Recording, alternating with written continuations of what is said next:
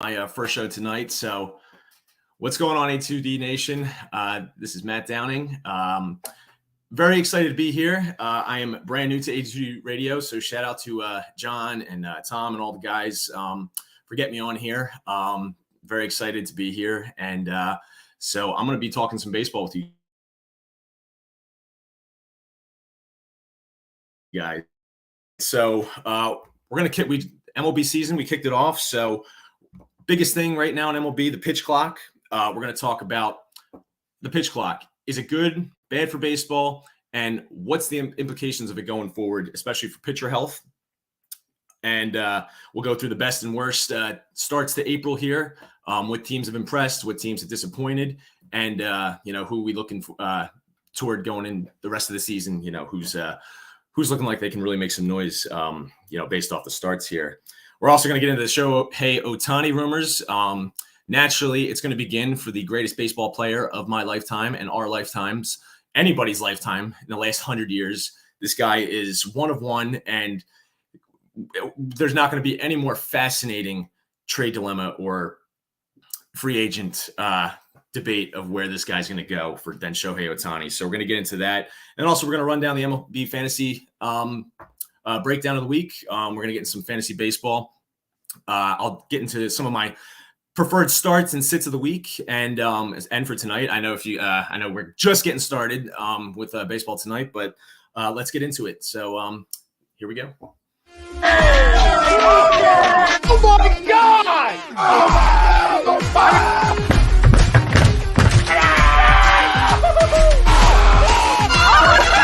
embarrassed! He's flying! Oh, come in. It's almost time.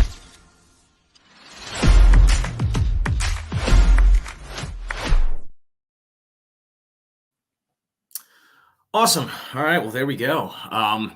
Can't get any more fired up in that video. Oh my God. Especially with baseball starting back up tonight, and good luck to anybody with their NBA playoff teams and their NHL teams tonight as well. Definitely looking forward to watching some of those after this tonight. But let's get into why we're here tonight, and let's get into some of the biggest topics in MLB to start the season here. So starting off, let's get into the pitch clock. Brand new this year, obviously the most talked about addition to MLB. And I've gone to two games so far this year, two Phillies games so far this year. First week, and I went to the one last Thursday as well. And literally, I'm sitting there with my buddy, and we've been sitting there hanging out, and it's been it's been about an hour, and we're like, all right, let's finally go up and get food or drinks or whatever. And we're already bottom of the fifth inning, and it was literally an hour and 10 minutes into the game. It was the craziest. I literally looked up. And I could not believe that it was the fifth inning already, and it's only an hour and 10 minutes into the game. I mean, that's to see it firsthand and be there. The games go by so much quicker now, and evidenced by the numbers as well. To start the season right now, the MLB average time for game right now is 2 hours and 46 minutes. That's about a 28-minute decrease in time compared to last season. And I got to tell you, it really has made an impact on the game this year. I truly believe that now with the pitch clock going forward now, teams are really going to have to adjust to it. And we've seen that already this year. We've seen batting averages go up across the board. Stolen bases are up across the board by a wide margin. And I think that, obviously this has been designed for MLB with the pitch clock. I think the main, obviously, point of it has been to really increase the pace of play, obviously, but also to increase offense. That's what MLB wants it to be about. They want it to be quick, exciting, flashy. They want offense, right? That's why they also made the bases bigger. We're seeing that right now, that teams are really taking advantage of this to start the year. You look at the Rays, the way that team's hitting. We're going to get into the Rays coming up here just to see how incredible some of the starts have been offensively to start the season. And MLB hasn't had this for the last couple of years. With the amount of strikeouts and the batting average, especially, that's been down across the board going over the last couple of years. Think about it this way. Last year, there's only 6 guys that hit over 300 last year. And literally the guy that led the league in average was 311. That's one of the lowest batting averages to lead the league in some time. And MLB really took it in stride to say, okay, we have obviously incredible players. The talent right now is incredible. Some of the best athletes in the world at what they do. And we need a way to really start putting these guys into the spotlight of making like big splash plays and making them constantly. Like with the NFL, you have highlight plays every single week. NBA, you can have dunks, 3-pointers every single week. Baseball, you're not always going to get the home runs. A strikeout is a strikeout. It's great, but it's not going to be the most flashiest play every time. So they want to see guys stealing bases, scoring runs, hitting it in the gap, obviously hitting home runs. This is going to increase watchability for MLB, and you're seeing that across the board to start here. But I think really with the pitch clock, though, we've seen the offense, the teams with offense really taking advantage of it to start off. But I think really what we're going to see going forward is what the effect that it's going to have on the pitching. I pitched when I was younger. I'm a former, I played baseball. I was nothing spectacular. I was no Shohei Ohtani. Nobody is. God, I wish. But I think just thinking back to it, like a pitcher, like you want to have like complete control over the game, right? These guys want to have like, it's obviously the ball's in your hand. The game is decided by you, what you throw and what the hitter can do with it. So I think now that especially with the pitch clock and speeding up the pace of play, given 20 seconds, 15 seconds for a guy to be able to throw a pitch every single time, it's really, we don't know the effects that it's going to have on pitchers' health going forward. And we're already starting to see some guys be affected by it going on in the early season here. Hold on, pulling up my stats. Here we go. I mean, look at some guys here going off into the early season. Like, obviously, we'll start with, Jacob DeGrom. Texas Rangers are having a great start to the season, but he's already got taken out after 4 innings of throwing a no-hitter. 4 innings taken out. Precaution. But obviously, this is Jacob DeGrom. He sneezes and he strains something at this point. But to be fair to the guy, he's one of the best pitchers in all of baseball. I want to see him healthy. But, starting off this season right now, a lot of guys starting off on the injured list. I mean, you look at, Carlos Rodon, big addition by the Yankees, hasn't started this year. Justin Verlander, New York Mets, obviously coming off Tommy John surgery just a couple years ago, obviously 39 years old, but going on to 40, but still are injured to start the year. And we're seeing a lot of guys, have injuries, come out of games early. And when I kind of see guys let's face it, starting pitchers, they're lucky to go 6 innings at this point, right? The pace of play, these guys, I watched specifically for Aaron Nola to start the season. The guy looked gassed beyond belief. 3 innings, 4 innings, all these guys are looking like, and they're getting up into 57, 60 pitch range after 4 innings. Then we're already starting to talk about, oh, well, can he go 80 pitches, 85 pitches? Can he even get to 100 pitches through 6 innings? If he can do that, that's a great night at this point. So far are the days are gone now of, Clemens, Randy Johnson, Roy Halladay, Cliff Lee. These guys that used to just be able to go out aces and give you 7 innings every single time, 6 innings, 7 innings every single time, and not even bat an eye. And nowadays, you're lucky for a starter to go 6 innings. Very rarely. You have Ohtani, obviously probably the best pitcher in baseball now.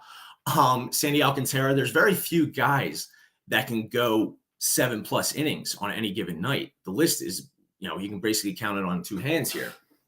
So I think now with the pitch clock really increasing the pace of play, pitchers are really going to have to figure out how they're going to adjust to it, because the way that games, you're going to have to be constantly moving, and your pitchers are going to have to be constantly going every time and not be able to think really okay, bad pitch, immediately I got to shake it off. I got to throw next pitch. We're already here. Let's go. You can't have that mental battle with the batter anymore. And I think pitchers now is speeding up the pace of play. It's really going to affect the outcome of, okay, these guys, are they going to really want to go all out here to start the season when they know they're going to have to be at a level of stamina that they might not have been at before? It's really no excuse.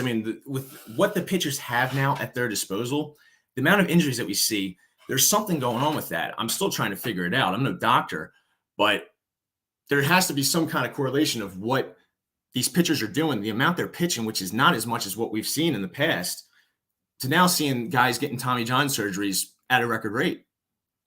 There's something to that.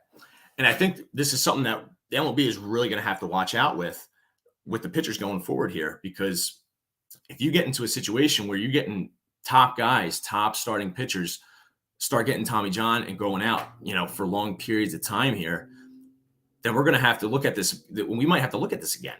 We might have to go back and say, hey, wait a second. Like, if this pace of play, obviously it's great for viewers, more people, like we can get more viewers. Games are quicker. More people are willing to go to games because they know they're not going to probably be there for 4+ hours, 2.5 hours. We're getting done. Like, sure, that's an NBA game. That's, it's shorter than an NFL game. So there's big advantages to it for sure. But I think it's the biggest thing that we're not talking about early on here with the pitch clock, and what the effect of that going forward is going to be the fact that I think we're going to see a lot more starting pitchers getting hurt. And we're starting to see that already. I mean, like I said, Carlos Rodon, Jeffrey Springs from Tampa Bay, he's now getting Tommy John surgery. He's out for the year. He had a great start to the season with them. Now he's out. I think it's only a matter of time before Jacob deGrom gets hurt again. I mean, we're looking at a lot of these guys like not being able to go 5 innings, 6 innings. Like I said, what's that going to be like when we're looking at August, September, and going in October? Are these guys going to be that worn out, that gassed already, like that they're going to be starting to get injured like after the All-Star break? Like, we're going to see all these injuries. I mean, and we very well could. And what are we going to be able to point to? Like, what's the one thing that's causing all these injuries now? Maybe this pace of play, these pitchers are not built for it. Very well could be. I really think that it's definitely going to have to be an adjustment for the pitchers, like I said, because, they're not used to this. They're not used to this. It's a whole new ballgame for them. It's a whole new pace of play for them. They're not used to, like, you used to be able to have a minute in between pitches, 2 minutes, a minute and a half, 2 minutes sometimes. Like, guys would take their time. You could throw over multiple times if you needed to. I mean, you could throw over as many times as you wanted. But now what you're starting to see is that guys are now, like, you can only throw over 2 times. Like, you really, like, okay, like, you got the guy on base, like, all right, you got to throw. Like, you can't, like, you almost can't even think about him because, like, there's not really much you can do. I mean, you can only have 2 throwovers, and after 2 throwovers, the guy's going to take a lead halfway to second. I mean, that's what's going to happen now. So that's a huge thing for pitchers now to adjust to that aspect of as well, in terms of the actual in-game strategy and, like, thinking of what we're going to do, how we're going to attack guys. Now it changes, and of course, with no more shift, banning the shift as well. I mean, pitchers are now at such I don't think anybody is talking about really how much of a disadvantage that the starting pitchers are at now. And it's going to be fascinating to see going forward. Like, I really want to see, like, after the All-Star break, like, are we going to have all these guys starting to get injured? And especially, I mean, you lose an ace going into a playoff push, that's going to affect everything. That can affect anything for an entire team. So, I think it's something that I don't know if, obviously teams, I'm sure, obviously they are in the analytic age that we're in now, they're so concerned about pitch count, how much pitches a guy can throw. It's watched as much as it's ever been, as closely as it's ever been by teams. So there is always an incentive to keep the guy safe, to keep the guy healthy.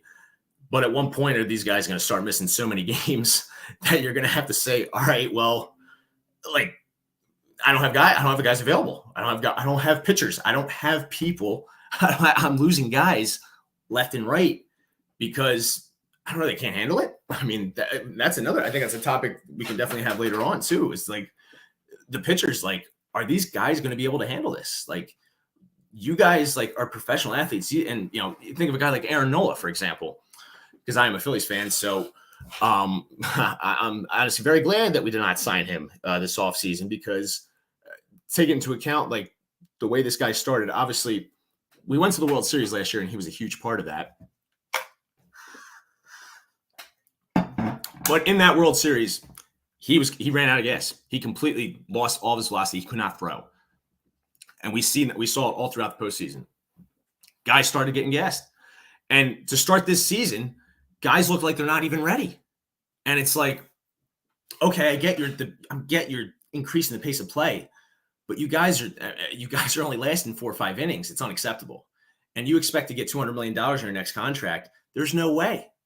Why am I going to start paying $200+ million for pitchers when the odds of them getting injured is going up and might start going up even way more?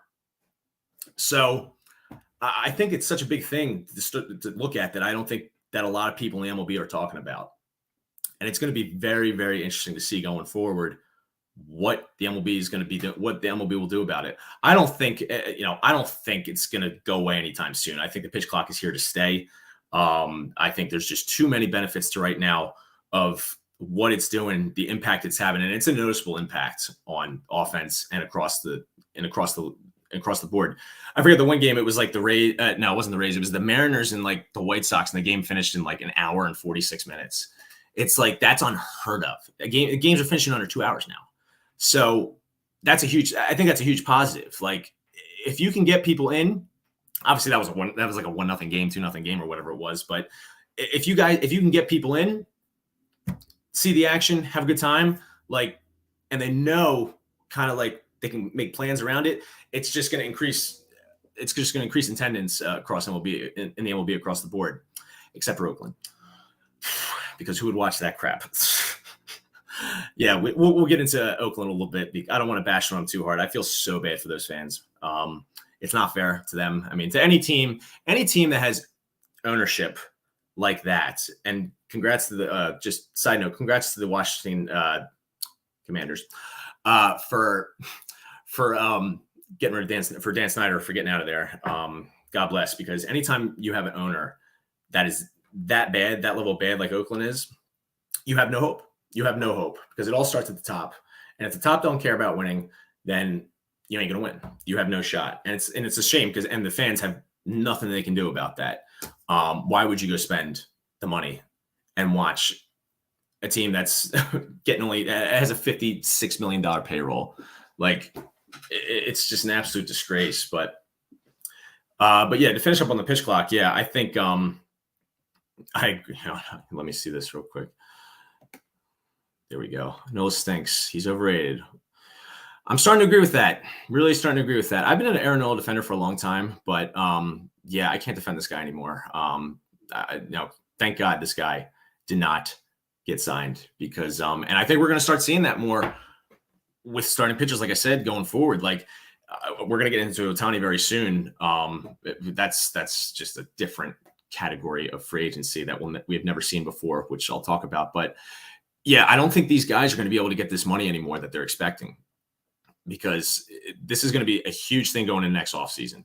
And I really, truly think that the MLB is really going to start looking at this going forward, because I really don't know what the outcome is going to be if these guys start getting hurt.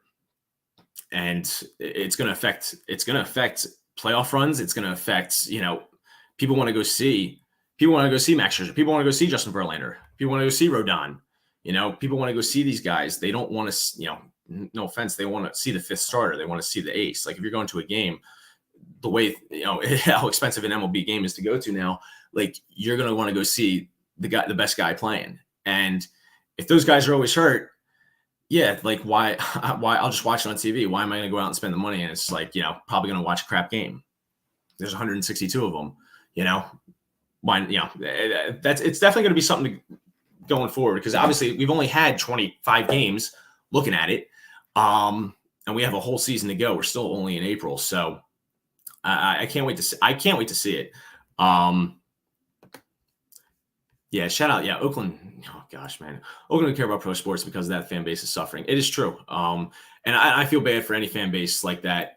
But going into my next topic, though, kind of piggybacking off that, some of the fan bases that we thought would be suffering the most to start the season are actually celebrating. To go into my best picks, my best starts to April to start the MLB season, we got to give some love to the teams that we really, truly didn't expect to start off great. And that's got to be the Pittsburgh Pirates And I mean, the Tampa Bay Rays, like, obviously we didn't expect them to start like this, but another team also, the Baltimore Orioles. I look at these two organizations, 2 of the 5 lowest payrolls in all of baseball this year on the Pirates and the Orioles.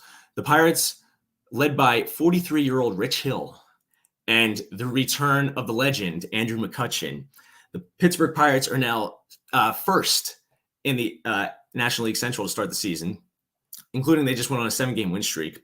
And even more to celebrate for the Pittsburgh Pirates today as well, I saw Brian Reynolds, their center fielder, all-star center fielder, agreed to an 8-year, $106 million deal with the Pittsburgh Pirates. Fantastic deal for the Pirates. Definitely didn't look like that was going to be happening going into this offseason. Brian Reynolds, he wanted a new deal. Did not look like he was going to get that from Pittsburgh, the way they're built and the way they do things. But like I said, bottom 5 payroll almost every single season. But he ended up signing 8-year deal. Congrats to him. Congrats to the Pirates. I think it's a terrible decision for him because I get that the Pirates, like, it's honestly great that they're starting off this great. It's not going to last. When you have your ace as a 43-year-old Rich Hill, that's not a good, and Vince Velasquez as your number 2. That's really not a good recipe going forward, I don't think. And I think that's going to come into play.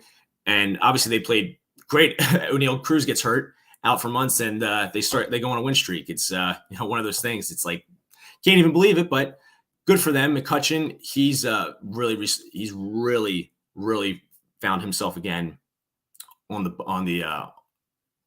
Pirates. I was going to say Bucks. Thinking of Pirates. Bucks. The Pirates. Absolute great player. We're going to have to start thinking about him maybe going to the Hall of Fame when he's done, especially after this year. Former MVP, absolute legend in Pittsburgh. I think you're going to really start to see after he's done the career and the impact that he's had, the leader that he's been. Obviously in Philly, loved him, fan favorite. Just has been one of those guys you just cheer for anywhere he goes. He's just one of those great guys. And especially for Pittsburgh, an organization that he literally was the only bright spot they've had in the last 30 years. Literally was the only time they've won anything and been good, any bit good was when he was there and when he won MVP. So great to see him back there and great to see that obviously, the Pirates starting off great. Pittsburgh is a great sports city, obviously. But I think, it's not going to last though, but it's great to see starting off. And I also to give a shout out to the Orioles too. Orioles really surprised everybody last year. With the incredible influx of talent that they got going on with obviously Adley Rutschman, catcher who looks like he's going to be, next Buster Posey potentially. That's the, next JT Realmuto. That's the kind of potential that guy looks like he has.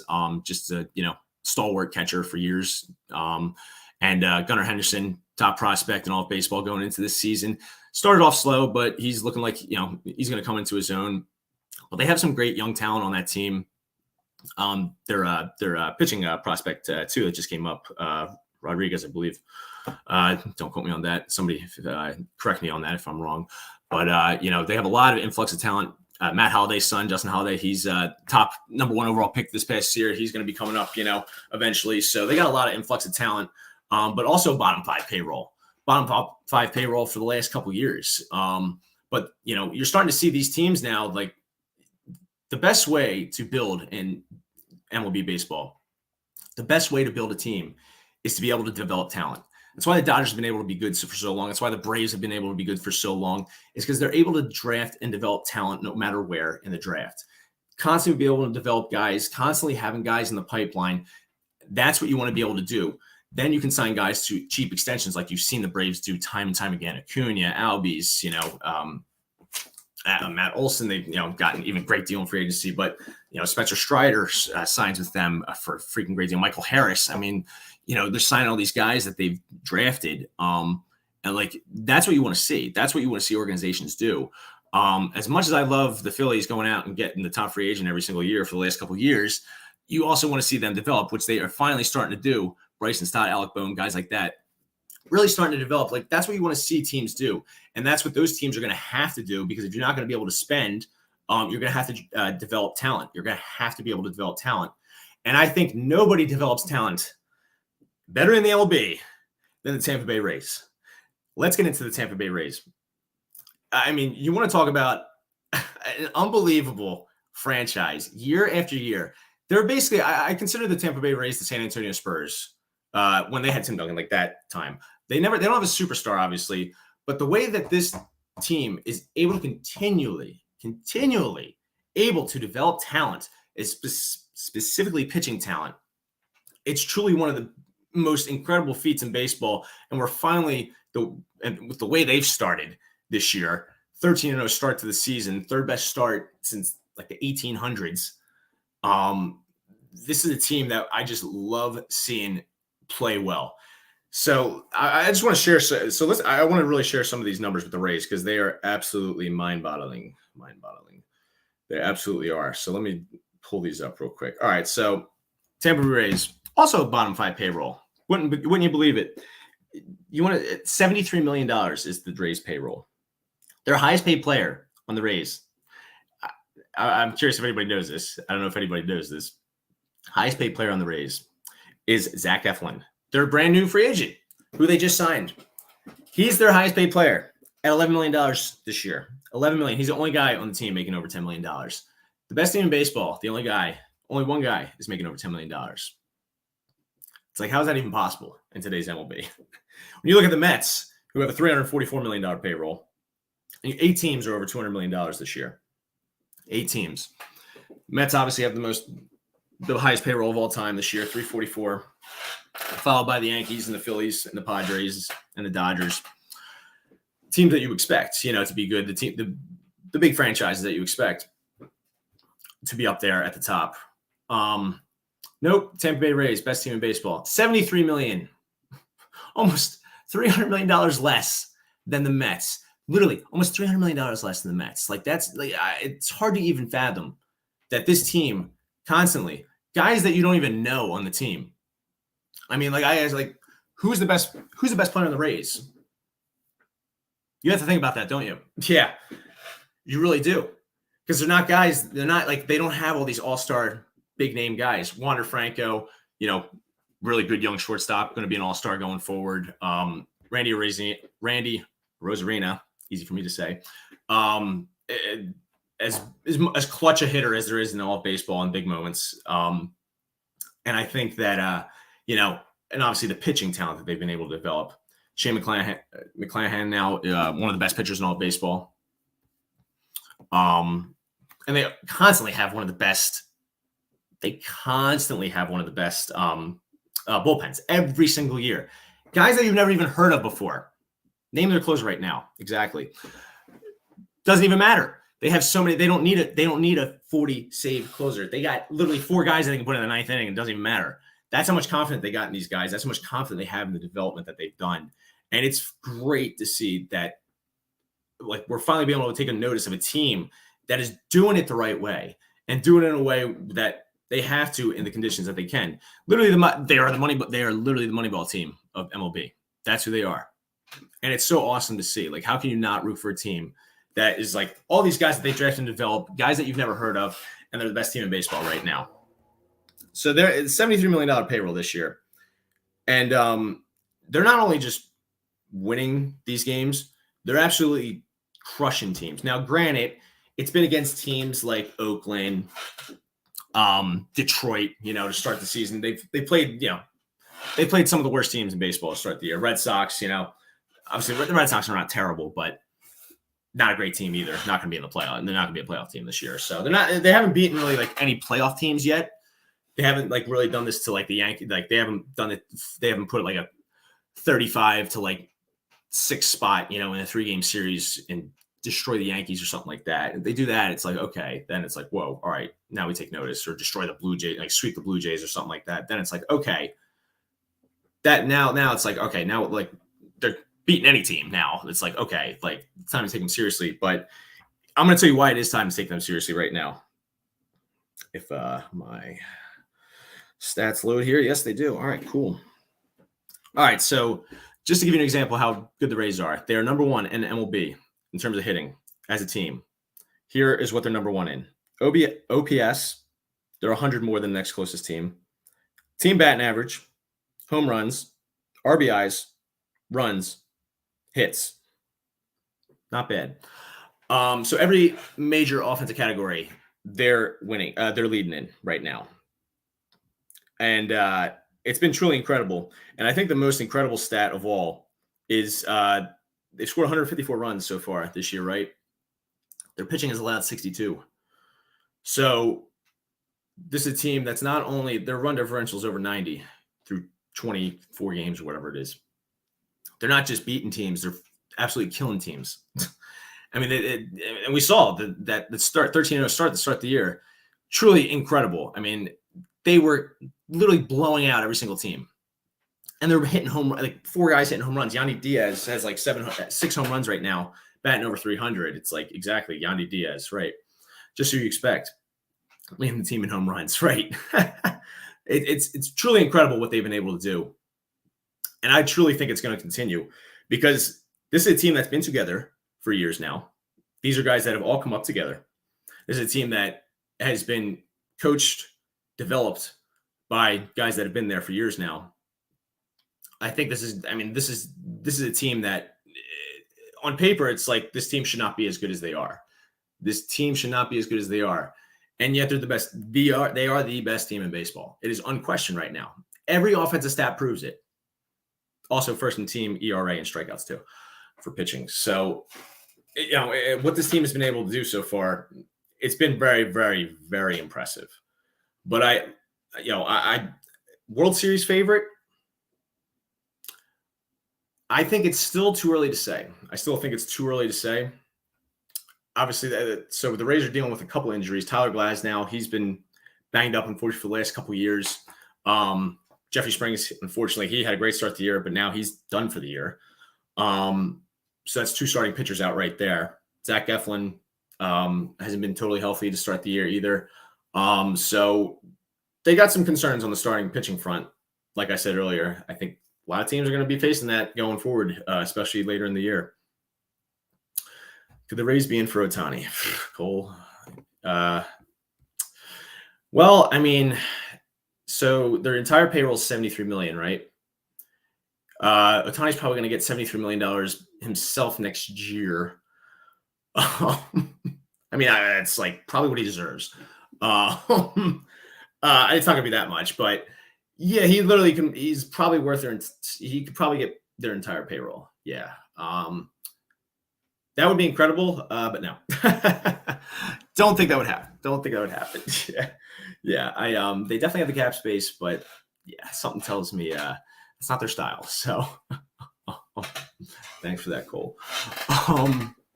But yeah, so I think it's definitely something, with, like I said, with the Rays going forward, starting pitching health, it's going to be a concern, but I think it's going to be great to see if the Rays can continue. The Moneyball team, modern MLB, man, it's awesome to see. And you love rooting for a team like that. So good on the Rays. I really hope, they can continue. I mean, and they play in the best division in baseball. Let's be honest. Every team, and I was talking about on the Red Sox right before. Sorry to any Red Sox fans out there, but every team in the AL East is now over 500. Only division in baseball. It's unquestionably the best division in baseball. So they are the best team in the best division in all of baseball. Have to give them credit there.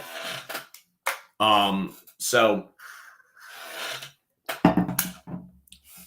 excuse me. Yeah, so there we go. Lost my train of thought. No, I know I was talking about the Rays, but yeah, so it's definitely gonna be I think, yeah. Oh yeah, best team, yeah, best division in baseball. There we go. I got it. First time, first show. We'll get there eventually. I'm getting there. So thank you, Tom. But yeah, I think I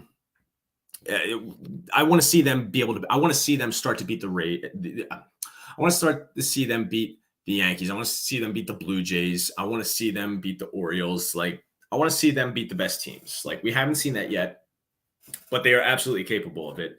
And it's all about getting hot at the right time. What the Phillies proved that last year, that you get hot at the right time. Doesn't matter what seed you are, doesn't matter what team you are. You get hot at the right time, you can beat anybody. It's all about playing as a team, getting hot at the right time, and it's all about feeding off each other, especially in the playoffs. So they're feeding off each other right now. I mean, when you start off like that, winning's contagious. I mean, it was an incredible start. It's been an incredible start to the season. They've only lost 3 games. You know, they're 21-3, 20-3, I think, 21-3. Absolutely incredible. So I think, I mean, the Rays are absolutely legit. They're definitely legit. I'll say that. They're absolutely legit. To be considered a World Series favorite, I don't think that's out of the question at all.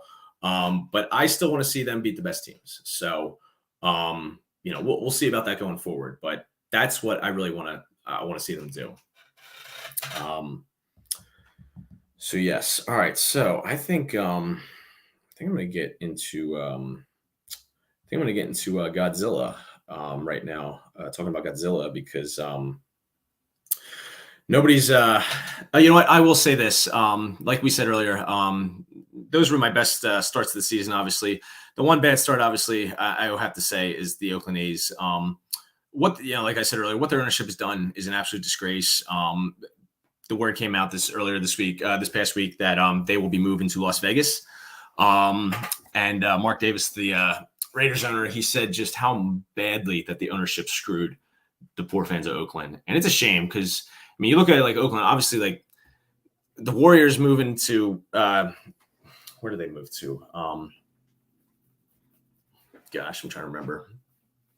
But anyway, you know, looking at what's happened over in like Oakland, you know, with the Raiders moving, one of the most passionate fan bases in all of football, the Oakland Raiders, one of the most storied franchises. John Madden, you know, Marcus Allen, all those great players, great Ken Stabler, all those guys, great Howie Long, great franchise, but you know, moved out of a place where the passion, the fan base was just so big, so supportive.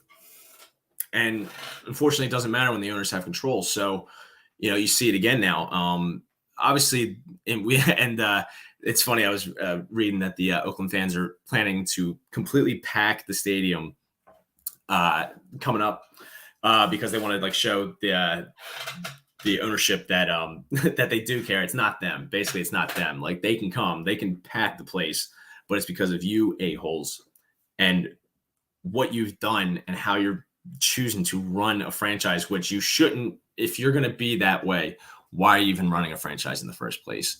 Like if you're not in it to win, like, and it's just, you see that from these franchises. Like, why are these rich billionaires not putting out the money to win? Like, why are you there? Like, don't you want to win? Like, I every year I think about every freaking year that the Phillies can win a World Series again. All I want to see is a World Series again. That's all I want to see. And we were in it last year, obviously, and that was just the best run ever. That was just what I needed for my sanity. It was great. But, you know, like, we didn't win, obviously. So, like, I'm still craving that championship. Like, that's what fans want. That's all it's about. Like, we want to see that. Like, you want to see your team hoist the trophy. Like, you don't get many. You get so few. Like, some of us get so few of those. Unless you're a Patriots fan, I don't even want to hear it. You know, for 20 years, you were the most spoiled bunch of babies I've ever seen in my life. But now that we got, you know, these ownerships that don't want to spend this money, they don't want to win. I mean, it's so blatantly obvious when your payroll is that low, unless you're the Rays, that's an outlier, right? Like that's very, very rare. We don't see that often, not in this day and age of any sport, really. NBA, NFL, like these teams are spending to the cap. Like, you know, obviously, like, you got to have great players. You got to have elite talent, but also at the same time, you got to be able to develop. You got to be able to like have these guys that can win. And, you know, if you're not trying to get guys and not develop and not caring about bringing in guys and creating a culture to win, you're never going to win. And it's just a shame. And I feel so bad for Oakland because it's just a city that does not deserve the amount of crap that they've had to go through as a fan base. It's terrible. And I feel for them. And I really hope that, you know, I really hope that it going forward. I mean, they're going to be the Las Vegas A's. I mean, I don't even think they should be the A's. I think they should change the name because, you know, leave Oakland, you know, Oakland A's like that. Leave Oakland at least the respect and dignity of like, you know, having that franchise end with them. And like, you're going to Las Vegas, you're creating a new franchise. All right, fine, go do that. Like, that's new. That's like, it's not us anymore because you took that from us. Like, screw you guys. Like, screw that. Like, we're not supporting that. And it has nothing to do, no hard feelings to the players. It's just that we're not going to support the fact that you guys don't give a crap and you don't want to win. Clearly, you're the worst team in baseball, 4-18, and they have their run differentials like, so the Rays are like plus 90, they're like minus 110. You know, it's just like absolutely crazy that they're getting killed like that. So I really hope that I really hope, for Oakland. I just feel for them. I feel for them. I don't know what more I can say than that, but it's just it's a shame. It's a shame. So, but yeah, speaking of Oakland, we'll stay out on the West Coast because right over close by and another franchise that seems to not really want to win or has any idea in how to develop talent, except for one of the greatest players of all time in Mike Trout. But we're going to focus right now on Shohei Ohtani, Godzilla himself, the unicorn, whatever euphemism, nickname, superlative you want to use for this guy. It fits because this guy is literally the best baseball player I've ever seen in my lifetime. Just like you just can't do what this guy, you just can't physically do what this guy can do. It is beyond comprehension what this guy does. I mean, watching it. So I was watching the World Baseball Classic, USA. Unfortunately, we lost, but Trey Turner, Captain America. Watching Shohei Ohtani, like that guy needs to be in the playoffs. That guy does he is the biggest star on the biggest stage. This guy needs to be in a situation where he can win.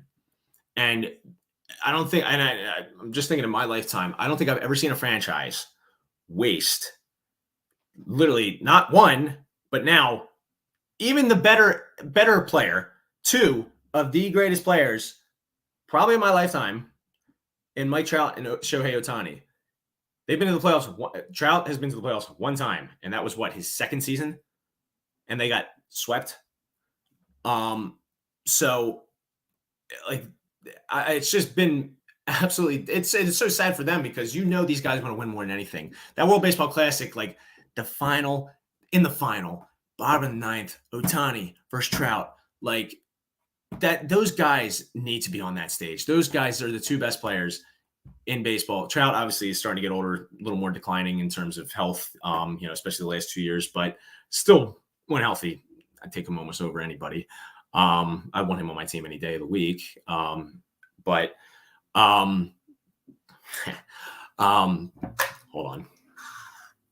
But like I said, with Ohtani and Trout, to have wasted two Hall of Famers from the time they stepped foot, basically playing for the Angels, you could see where these guys were going to be headed.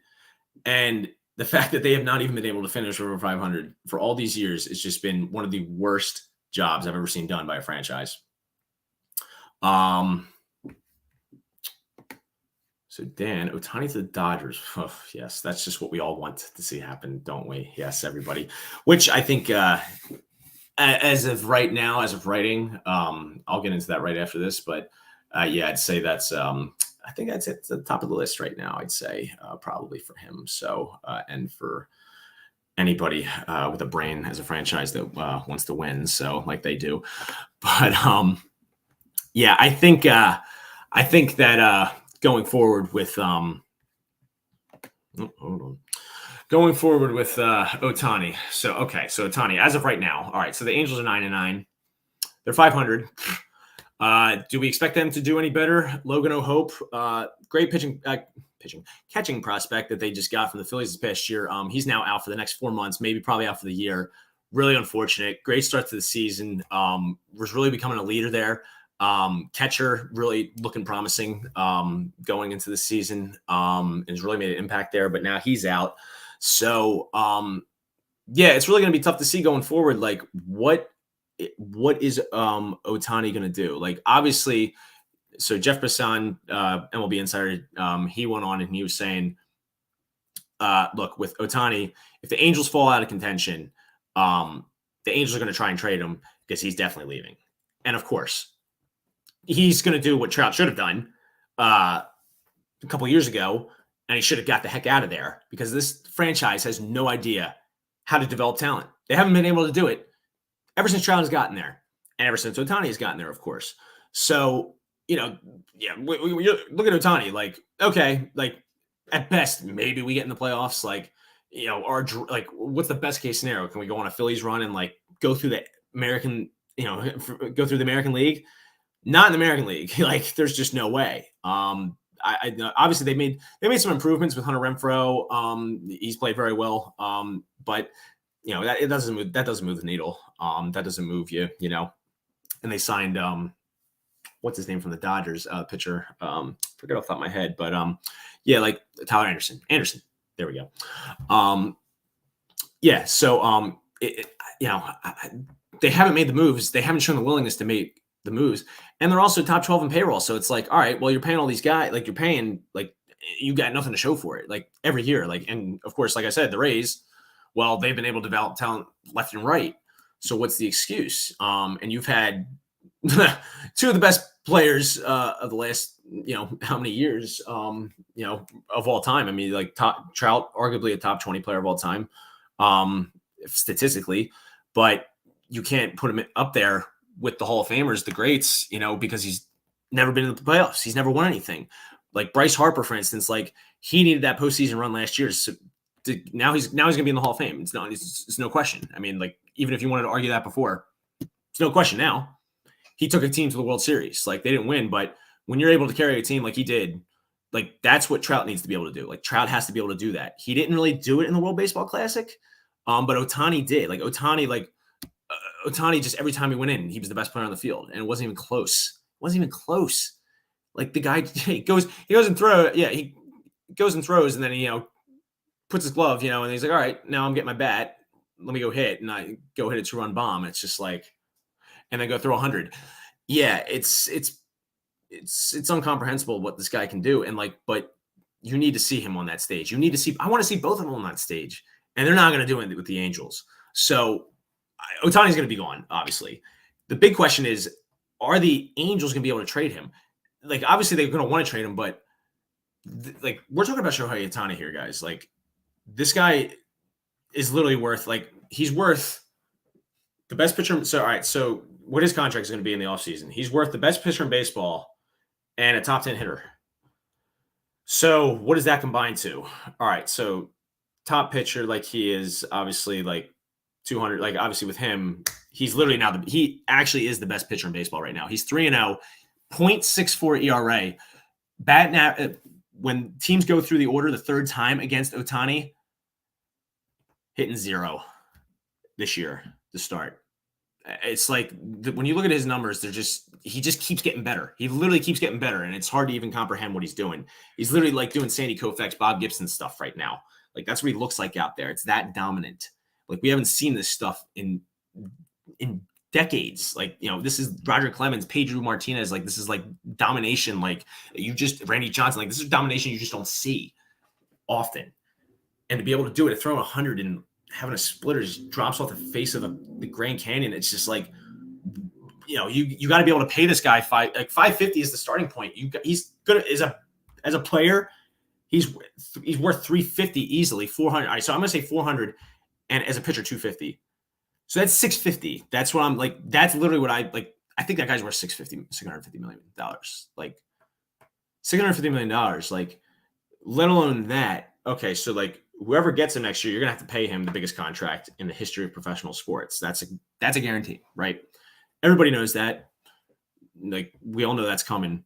But at the same time, it's like, okay, Ohtani, like, you can't trade that guy.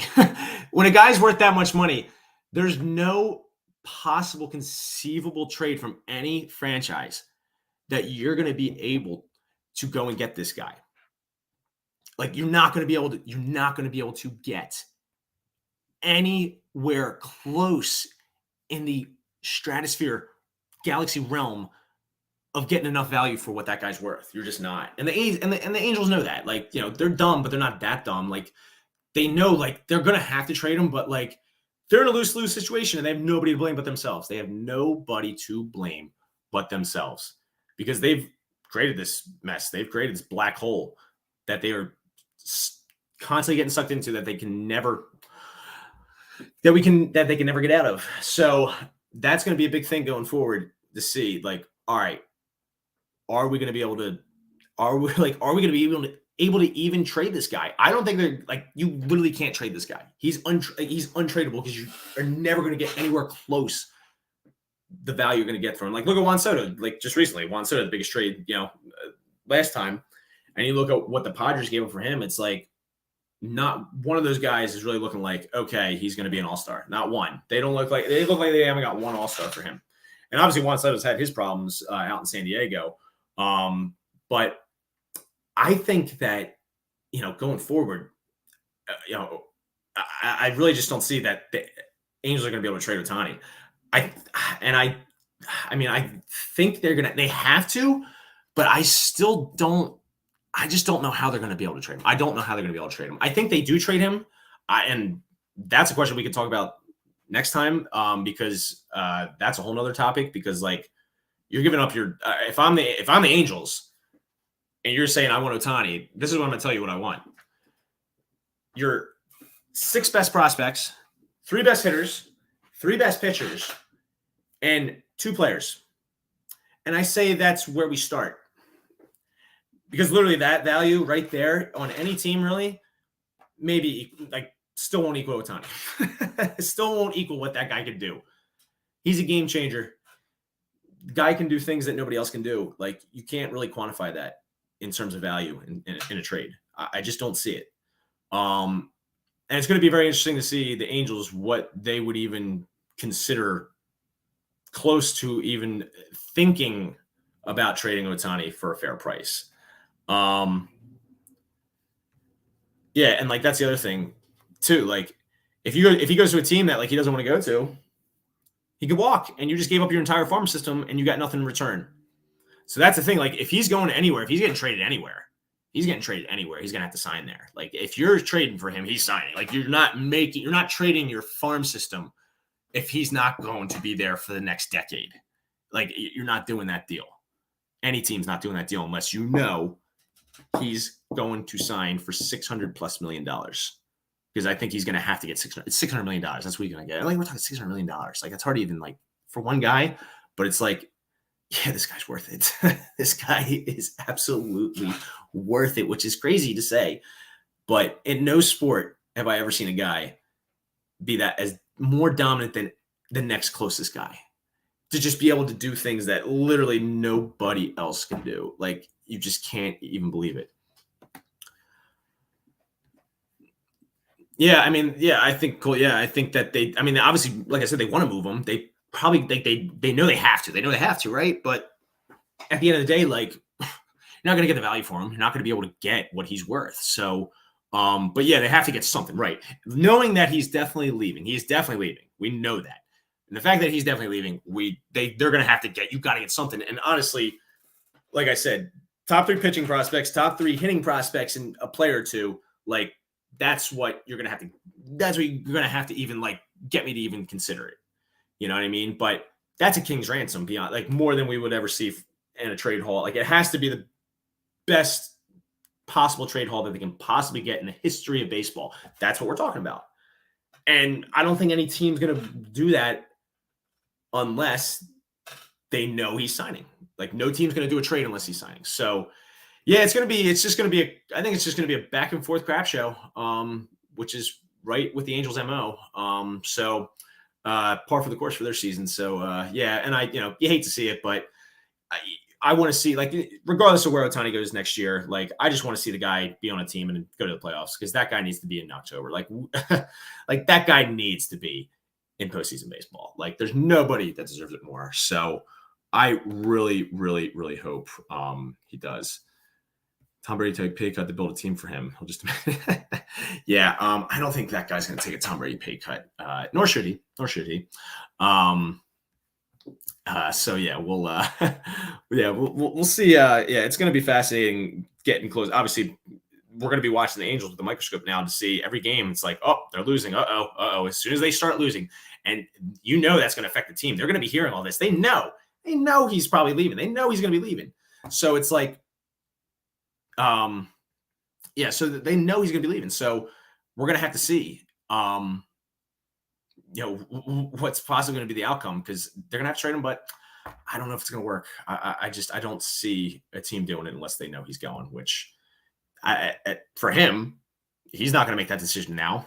He's waiting to free agency. He's not doing anything until free agency, because he wants to, I guarantee it, as he should, want the most money he can possibly get. I mean, he's the greatest player of anybody alive right now, lifetime. Like, he is. I think he's that. I literally think he is. I think he's that good. You put him in any era, what this guy can do is just, nobody else can do it. Nobody else has ever done what he's done. Babe Ruth hasn't. I mean, Babe Ruth's the only one, but he was smoking a stogie in the dugout and eating a hot dog. And I don't think he was throwing 100 like Ohtani is. And so I could be wrong. If anybody wants to share, picture or video, black and white, hopefully videos of that, we can see that. So that would be great. All right, so let me, oh my God, it's only 4 minutes left. I got 4 minutes left. All right, so let me finish off. Damn. Wow, that was good. So we have 4 minutes left. So let me just give you my fantasy picks for this week. So going forward, so we got some definitely good matchups to take advantage of. Let me actually bring up the right thing. Hold on. There we go. Hold on. All right, let me finish up here. All right, here we go. All right. All right. So fantasy this week. I would say, obviously tonight we've already started, but going forward this week, I think some guys, my offensive pick for this week to look at, Nolan Arenado. He's had a rough start to the season, but you can get it from cheap right now. Yahoo Fantasy, you can give him $15 right now. He is facing the left-handed pitcher going into tonight and a couple this week. So he's 300 career hitter off left-handed pitchers. I think that would be a guy every year. He's just the most consistent third baseman in all of baseball, the best defensive third baseman of all time. Nolan Arenado is definitely got to watch this week. Like, the Cardinals, they've started off rough this year, but they're definitely due to start getting hot. They're the Cardinals. They got too much talent on that team. Too many great prospects, and obviously led by Nolan Arenado and Paul Goldschmidt. Slow starts to the year, but they're going to turn it on. We know they did. They did last year, so we know they're capable. Also, another team to look at this week is the red hot Atlanta Braves and Ronald Acuna and Sean Murphy. They're my two picks this week. They're going against the Marlins this week. Sandy Alcantara banged up, not starting this week for the Marlins. So they're going against some two backup pitchers this week. So and Acuna, quietly one of the best hitters in baseball right now, not being talked about a lot right now, so much with how good that team is, especially coming off the ACL. He hasn't been the same guy, but you're starting to see him get back to it. He's hitting 977 OPS to start the year, but and you look to start seeing him still some more bases here. I think that he's going to be a great pick this week. One guy I would say, a team that I would maybe stay away from this week is the Toronto Blue Jays. They're going against the White Sox. Now, the White Sox have been absolutely terrible to start this year, but keep in mind, they're playing in Chicago this year. Blue Jays have been hot to start the year, but cooled off the last couple games. Like, Bo Bichette, one of the best hitters in baseball right now, quietly not talked about a lot, one of the top 5 in batting average and hits right now, but it could be an iffy matchup for them this week. Vlad Guerrero, Matt Chapman might be wary of those matchups this week. I just know. I have a feeling like they've been hot to start the year, but with all the attention of the Rays, like, starting to cool off a little bit. Kind of happens to every team to start the year, but team maybe I stay away from this week, especially in Chicago. Weather looking a little cold there, so not sure what the ball's going to be carrying. Might want to be wary of that, but yeah. So yeah. All right. Well, that's I think that's good, because that's pretty much it for me. That's the end of my show. So thank you guys so much for listening tonight. A lot of fun. Really enjoyed talking, and just very excited to get started. So yeah, you guys can tune in every week at Tuesday at 7, the Strike Zone, as you can see up top there. Oh, that way. There we go. The other way. Yeah, this has been great. And I'll be bringing you MLB coverage all throughout the year. And Yeah, I can't wait to. Hopefully, the Phillies are winning. I don't even know how they're doing right now, but I'm gonna go check on those idiots. So, yeah, we'll see how they're doing. But yeah, hope everyone has a great night, and I'll see you next time.